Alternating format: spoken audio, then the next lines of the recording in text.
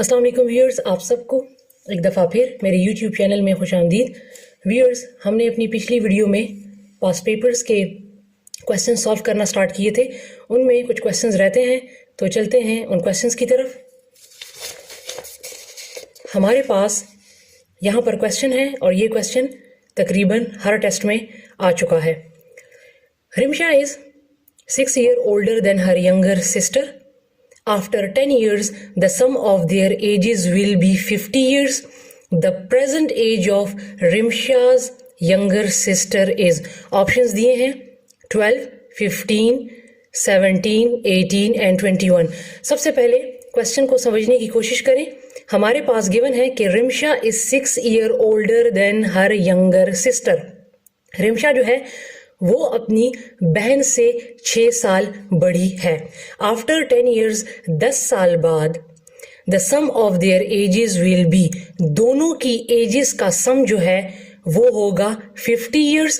The present age of Rimsha's younger sister is, तो रिमशा की बहन की जो प्रेजेंट एज है, अभी वाली जो एज है, वो आपने फाइंड करनी है। तो सबसे पहले हम क्या करते हैं,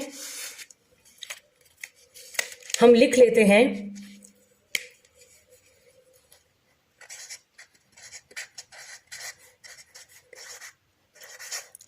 सिस्टर्स एज जो है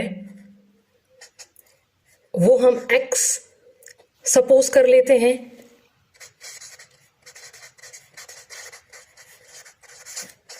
रिमशा की जो एज है, बताया गया है कि रिमशा अपनी बहन से 6 साल बड़ी है, तो हमने इस x के साथ 6 को प्लस कर लेना है। जहां पर भी आएगा कि after 10 years, after 3 years, after 4 years, ठीक है, या आएगा कि her sister is older, Elder, जो भी आएगा उस चीज को हमने क्या करना है, उस चीज को हमने ऐड कर लेना है।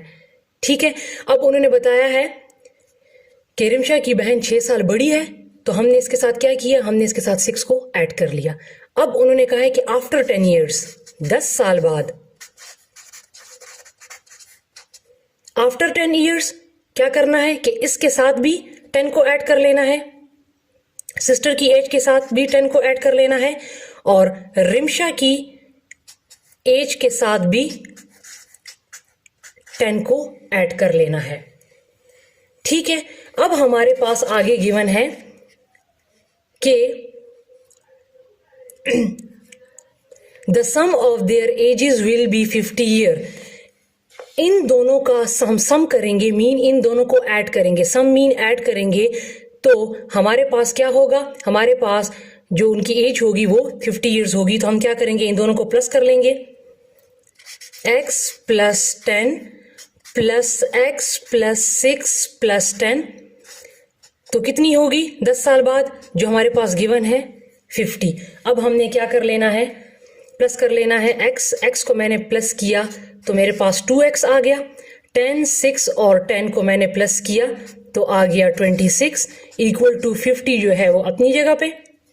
फिर आपने क्या करना है, 2x को अपनी जगह पे रखना है, 50 को अपनी जगह पे रखना है, 26 उधर जाएगा, ये प्लस है, जब उधर जाएगा तो माइनस हो जाएगा। ठीक है, अब 2x इक्वल टू 50 से 26 अगर आप माइनस करें तो हमारे पास आता है 24। अब हमने क्या करना है, हमें x की वैल्यू फाइंड करनी है, तो लिहाजा x के साथ जो चीज मल्टीप्लाई हो रही है उसी को हमने यहां पर भी डिवाइड कर देना है, यहां पर भी डिवाइड कर देना है। तो 2 से कैंसिल हो गया, 2 1 टाइम 2 एंड 2 12 टाइम 24, तो हमारे पास जो x आया है वो है 12। ठीक है, अब हम देखते हैं कि इन्होंने पूछा क्या था हमसे, उन्होंने पूछा था कि the present age of Rimsha's younger sister, Rimsha की जो छोटी बहन है उसकी प्रेजेंट एज बताएं, अभी की एज बताएं। तो हमारे पास ये x है, आप देख सकते हैं कि सिस्टर जो एज थी, रिमशा की बहन की एज को हमने x सपोज किया था, तो लिहाजा उसकी बहन की जो प्रेजेंट एज है वो हमारे पास आ गई है 12।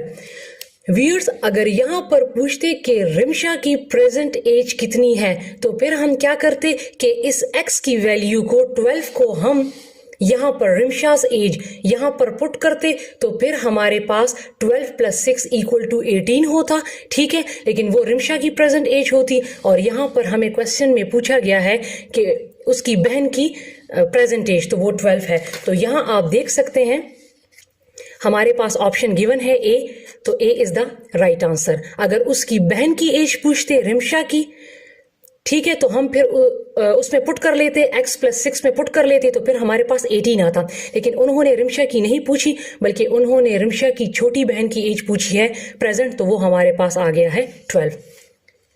ठीक है व्यूअर्स, अब हम चलते हैं अपने नेक्स्ट क्वेश्चन की तरफ। हमारे पास नेक्स्ट क्वेश्चन है, वो भी एज वाला ही है। The age of mother is 2 times the age of her daughter. ठीक है, मदर की जो एज है वो डॉटर बेटी की एज से 2 गुना ज्यादा है। आफ्टर 5 years, वहां पर 10 years था, यहां पर 5 years है। 5 साल बाद the sum of their ages, उनकी दोनों की जो एजेस का सम है, एडिशन जो है वो 49 होगा। वहां 50 था, यहां पर 49 है। The age of daughter after 2 years will be A 15, B 17, C 19। अब यहां पर नीचे थोड़ा सा क्वेश्चन चेंज है, ठीक है। सबसे पहले हम क्या करेंगे कि सपोज करते हैं डॉटर्स एज, ठीक है।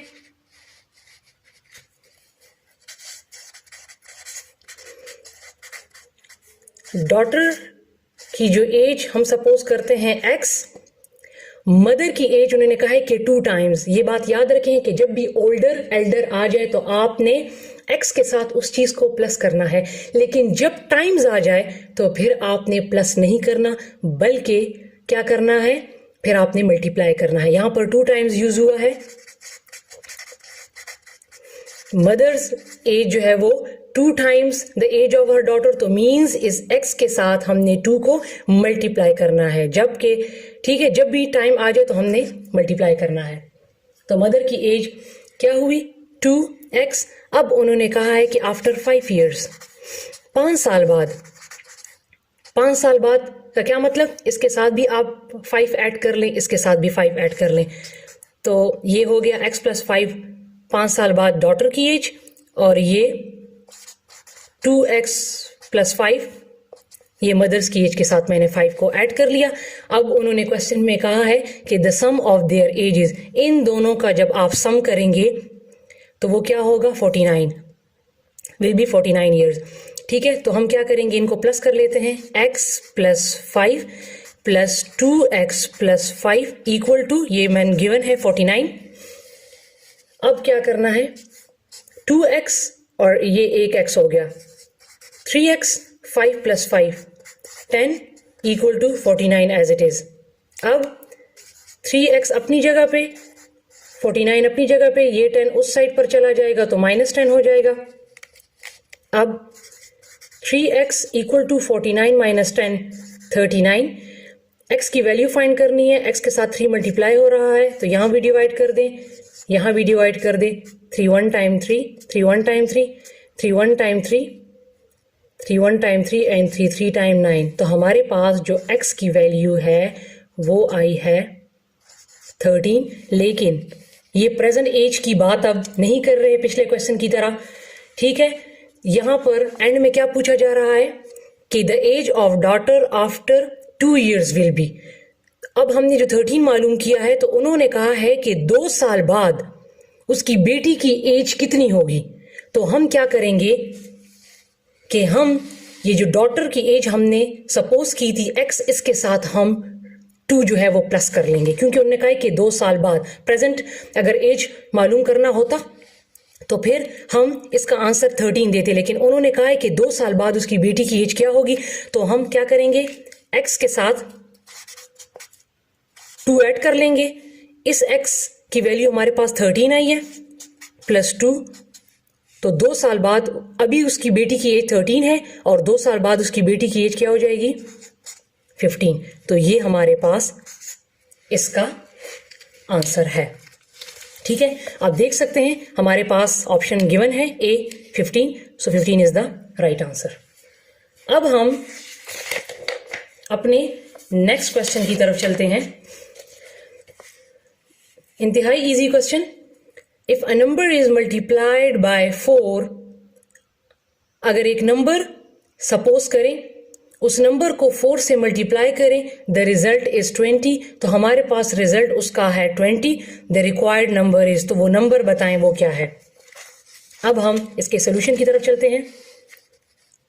इफ अ नंबर, ठीक है, लेट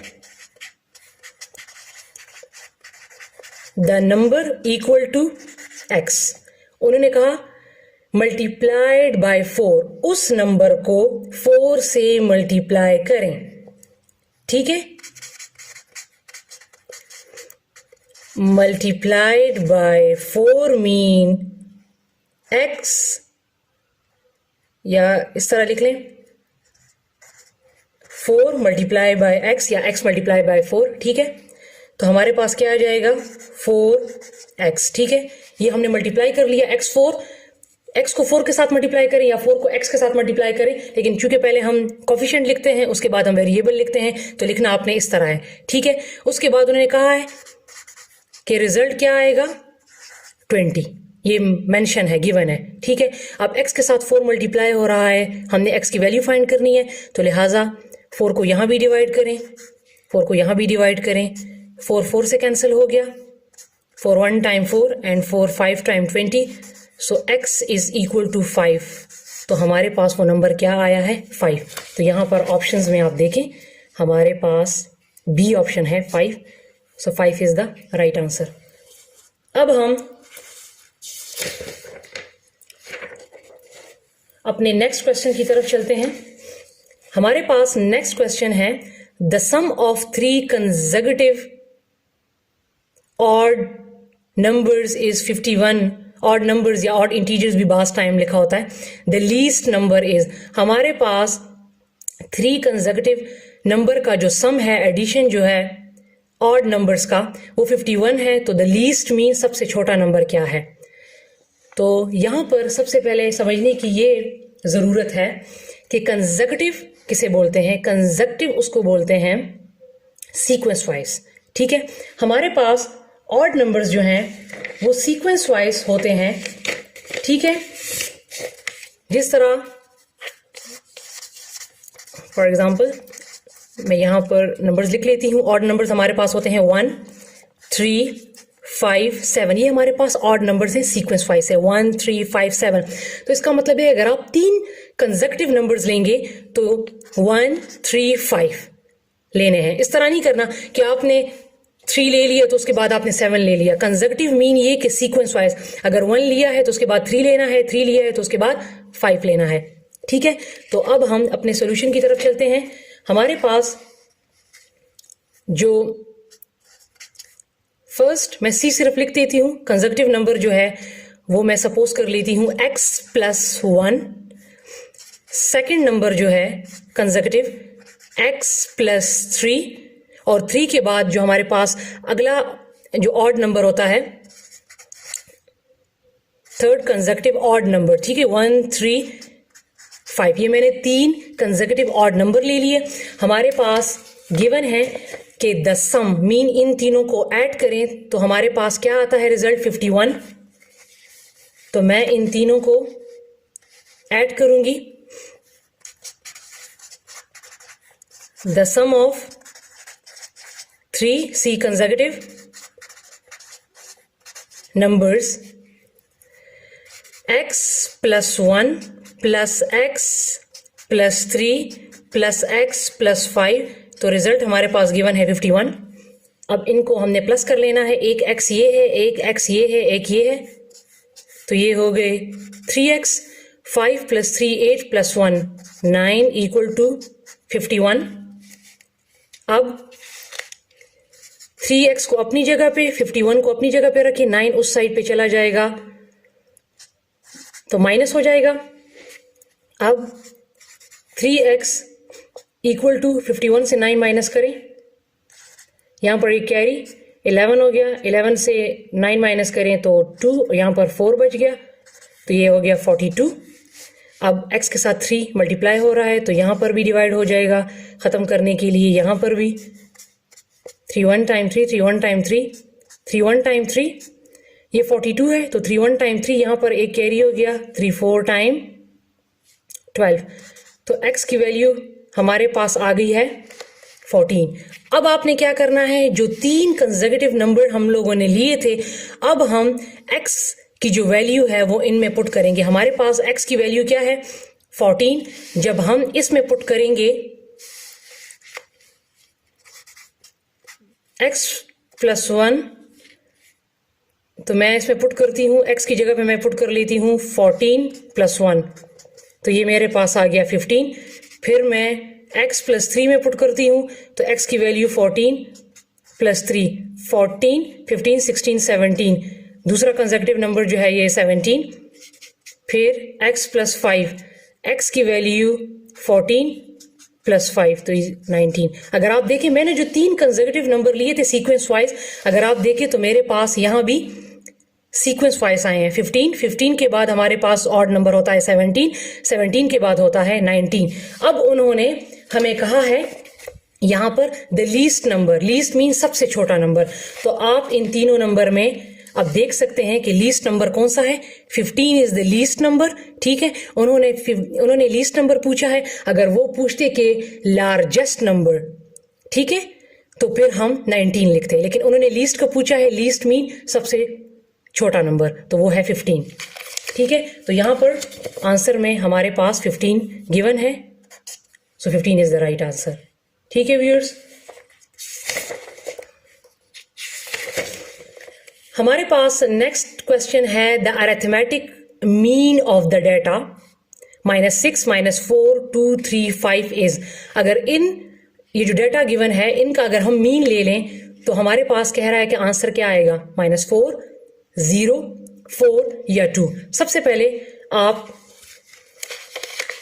ये याद रखें कि हम जब मीन फाइंड करते हैं, क्योंकि हमारे पास डाटा गिवन है, इसका हमने मीन फाइंड करना है, तो मीन हमने क्या करना है, यहाँ पर इसको सम करना है। हमारे पास जितना भी डाटा गिवन है, जो नंबर्स गिवन है, इनको हमने ऐड कर लेना है, और यहाँ पर जो है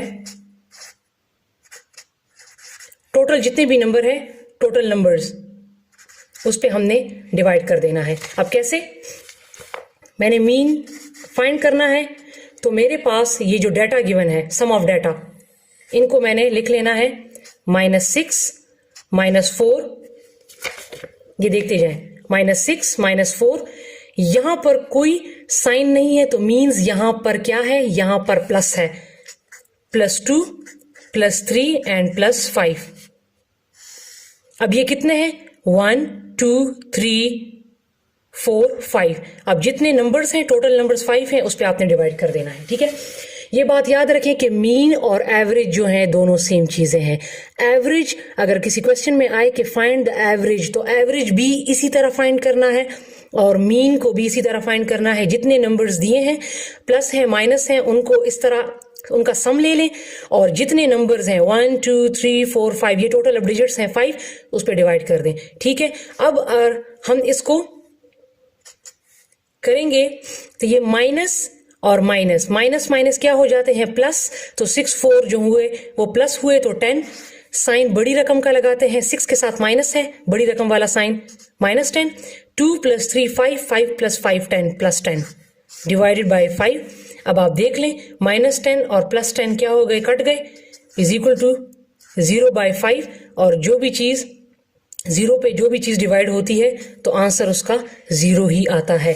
तो यहां पर आप देख सकते हैं कि हमारे पास ये गिवन है। ठीक है, तो 0 इज द आंसर। अब हम चलते हैं अपने नेक्स्ट क्वेश्चन की तरफ। अच्छा, हमारे पास नेक्स्ट क्वेश्चन है, 625 is a perfect square of 8 25 55 या 1 2 5 2। कह रहा है कि 625 किस चीज का परफेक्ट स्क्वायर है।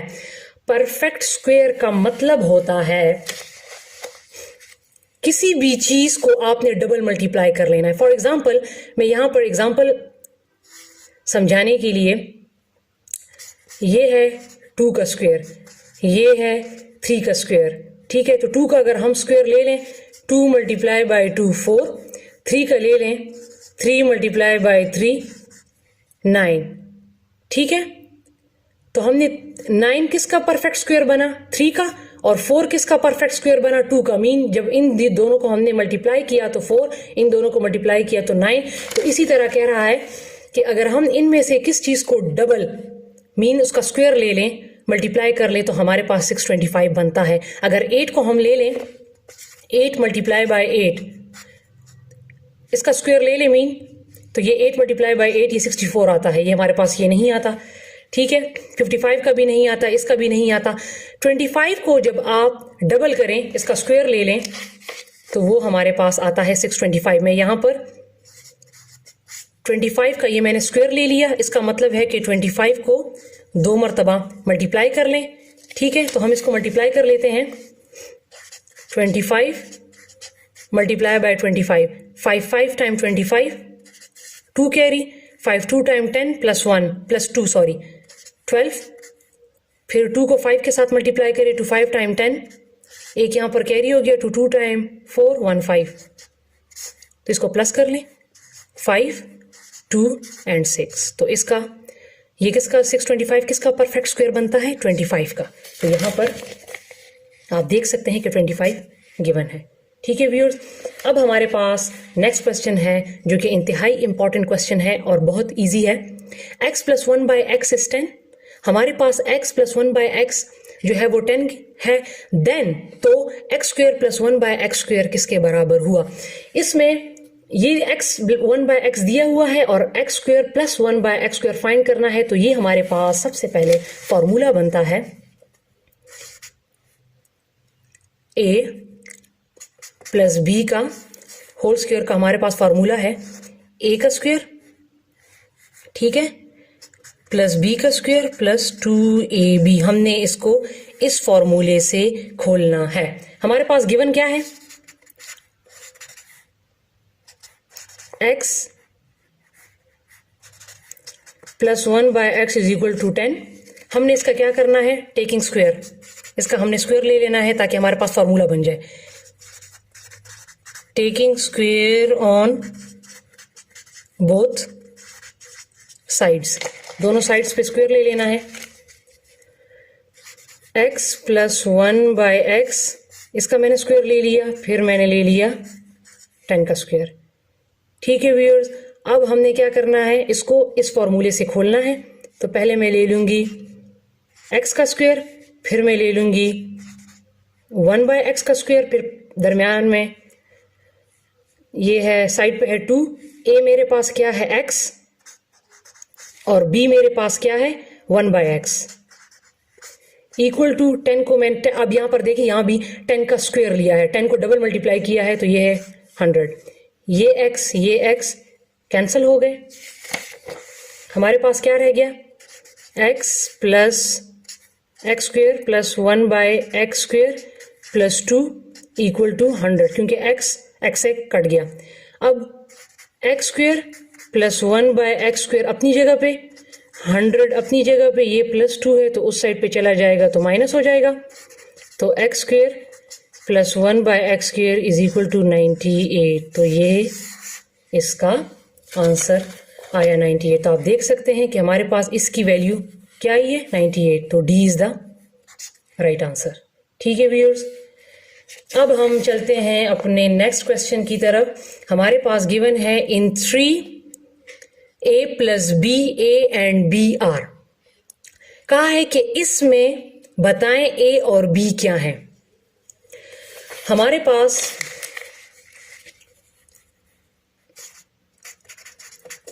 कांस्टेंट जो होते हैं वो हमारे पास 1 2 3 होते हैं, ठीक है। कोफिशिएंट जो होते हैं, जब भी किसी वेरिएबल के साथ डिजिट लिखा हो, फॉर एग्जांपल यहां पर 3x लिखा है या 4x लिखा है, तो ये जो है ये कोफिशिएंट है। ये x के साथ वेरिएबल के साथ जो डिजिट लिखा होगा वो हमारे पास कोफिशिएंट होगा। तो इसमें कोफिशिएंट 3 है और इसमें 4 है। फिर हमारे पास एक्सपोनेंट है, फॉर एग्जांपल अगर इसके ऊपर होता 2 या इसके ऊपर होता 4, तो जो वेरिएबल के ऊपर वाली चीज है ये हमारे पास क्या होती है, ये होती है एक्सपोनेंट। यहां पर मैं दोबारा लिख लेती हूं 2x की पावर 2, तो ये 2 जो है ये मेरे पास है एक्सपोनेंट। ठीक है, और अब लिटरल नंबर या वेरिएबल ये हमारे पास सेम होते हैं। तो अगर मैं यहां पर लिखूं 5x प्लस 2y, तो हमारे पास वेरिएबल या लिटरल नंबर जो हैं वो हमारे पास है x और y, ये दोनों सेम होते हैं। तो अगर MCQ में आप लोगों को आए, ठीक है, कि ये क्या है, तो अगर वेरिएबल दिया हो तो वेरिएबल पर टिक करें, और अगर लिटरल नंबर दिया हो तो लिटरल नंबर पर टिक करें। ठीक है, x और y क्या है, ये हमारे पास है लिटरल नंबर या वेरिएबल। तो अब इस क्वेश्चन में आप देख सकते हैं इन्होंने हमसे इसका नहीं पूछा। 3 अब यहाँ पर कॉफिशेंट है, उन्होंने कहा है कि a और b क्या है, तो कांस्टेंट भी नहीं है, क्योंकि कांस्टेंट जब अकेले 1 2 3 लिखे होते हैं तो वो होते हैं कॉफिशेंट। ये 3 जो है यहाँ पे कॉफिशेंट है, एक्सपोनेंट यहाँ पर गिवन नहीं है, तो लिहाजा ये क्या है, a और b लिटरल नंबर। अब हमारे पास क्वेश्चन है 9y की पावर 4 डिवाइडेड बाय 3y की पावर 2, तो कह रहा है कि इसका आंसर हमारे पास क्या होगा, 3y स्क्वायर, 3y क्यूब या 3y4। तो क्वेश्चन है